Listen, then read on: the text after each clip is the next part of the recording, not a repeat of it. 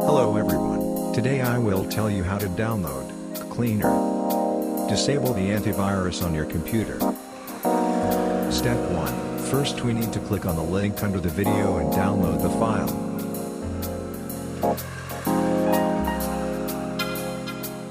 Step 2.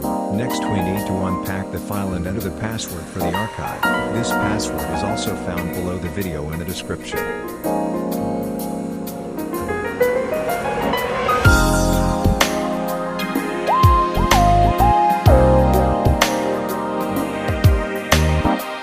Step 3. Next we simply install a